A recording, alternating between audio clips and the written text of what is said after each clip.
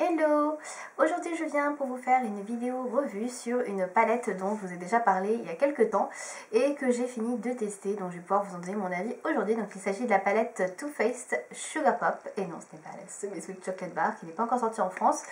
Et donc voilà, aujourd'hui je vais vous parler de cette palette là, donc vous donner mon avis, etc. Donc je l'ai acheté déjà chez Sephora, donc je l'avais acheté avec moins 20% je crois.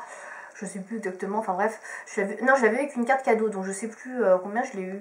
Il me semble qu'elle doit coûter dans les 35-40 euros je crois, à vérifier.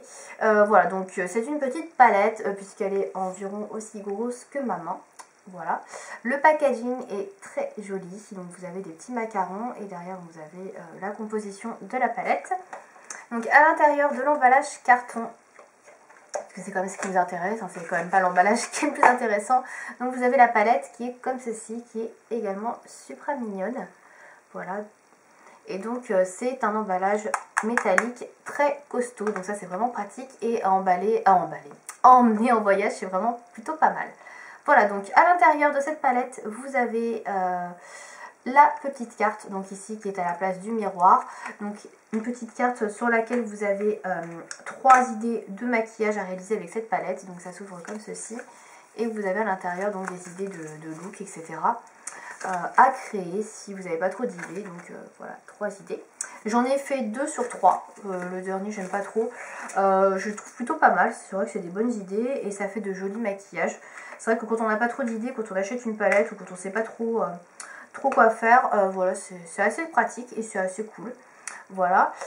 Donc vous avez le plus intéressant en dessous, les fards à paupières. Donc il y a 3 rangées de 3 fards à paupières, soit 9 fards à paupières en tout dans cette palette, ce qui est une bonne mesure. Voilà.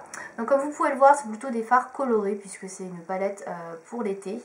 Donc si vous n'aimez pas la couleur, si vous portez que du nude, c'est clairement pas une palette pour vous. Voilà, moi j'aime bien la couleur, même si j'en porte de moins en moins, je trouve que c'est quand même toujours sympa d'avoir des jolies couleurs et d'avoir un peu de peps sur les yeux en été. Donc je vais vous présenter les couleurs les unes après les autres, vous donner mon avis. Donc tout d'abord on va commencer avec la rangée Sweet and Spicy qui est la toute première. Donc vous avez un fard ici qui fait guise d'highlighter, donc qui est le Rock Candy, qui est une sorte de pêche très claire, enfin même beige on va dire. Il est satiné.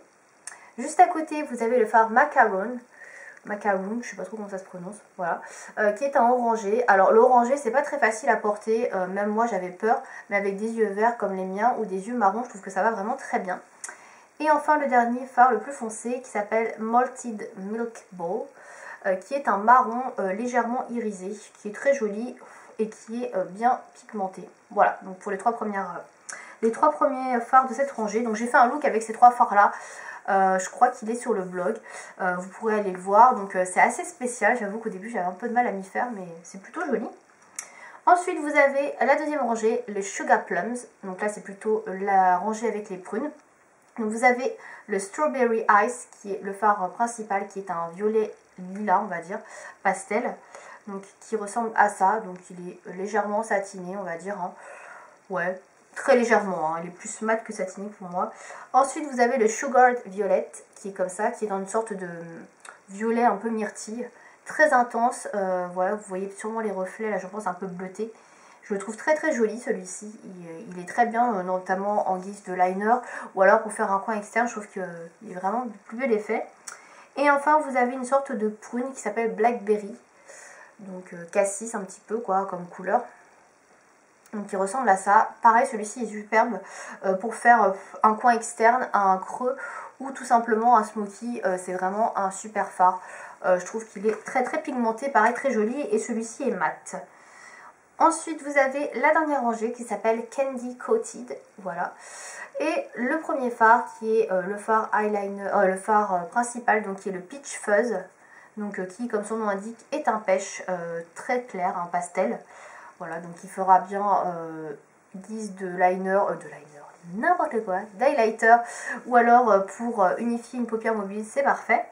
Ensuite, vous avez un rose assez bubblegum, d'ailleurs il porte bien son nom, il s'appelle bubblegum. Donc c'est un rose moyen.